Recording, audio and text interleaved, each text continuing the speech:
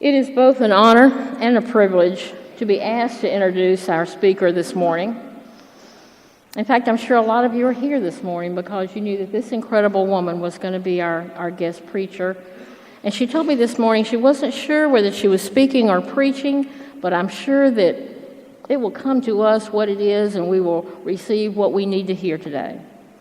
She also told me that she is really surprised that she has become a nationally known person. She never expected that, but I think once you hear her speak, you'll know exactly why.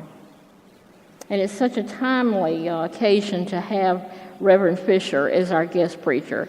This is Reverend Sharon Risher. Of course, I already knew who she was. I knew of her tragic loss of her loved ones. And I knew that she was a great advocate and speaker on the subject of racism and gun violence.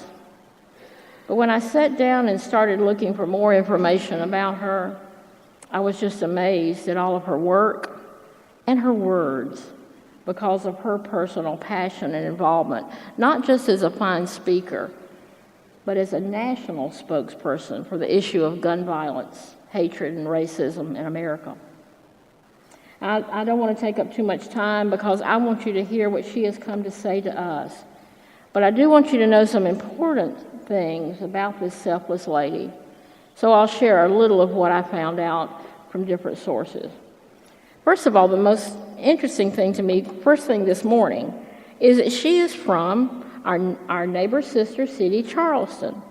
But remarkably, this is her first trip to Savannah. Isn't that amazing? But I'm so proud that she has come to Asbury on her first trip, and she says she's been around and done the tourist thing, out to Tybee and around touring a little bit in the city, and she says she's enjoyed her trip here. But you'll just have to come back, Reverend. You will have to come back. There's too much here to see in one weekend. She graduated from high school in Charleston and from Johnson C. Smith University in Charlotte, North Carolina. And later she answered the call to vocational ministry while she was in Austin, Texas, where she received a master's in divinity degree from Austin Presbyterian Theological Seminary.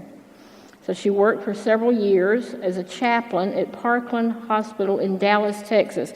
And wasn't that the same hospital where John Kennedy was taken after he was shot? I thought so. I have a friend that was there as a pathologist. And after the terrible tragedy in Charleston, she moved to Charlotte to be near her two grown children who are here with us today, Asia and Brandon, right? And they are here with us today, and we're very glad to see you and welcome you here with us this morning. Today, Reverend Risher travels and talks to people like us to hear and feel what she has to share from her own personal experience since the devastating events of June 17, 2015, when her life, I'm sure, changed forever.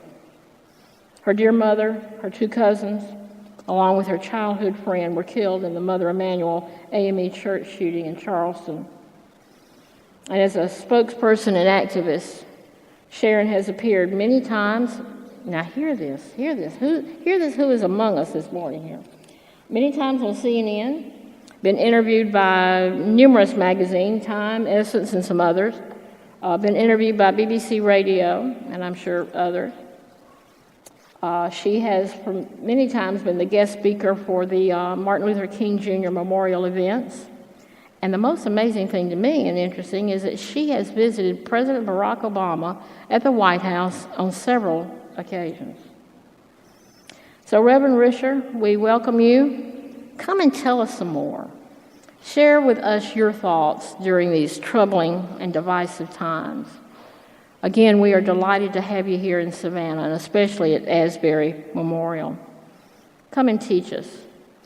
And I read this is a quote of yours from an earlier engagement. I hope I'm not spilling the beans on something you plan to use later, but it goes like this, and I'm going to say this as your quote for all of us.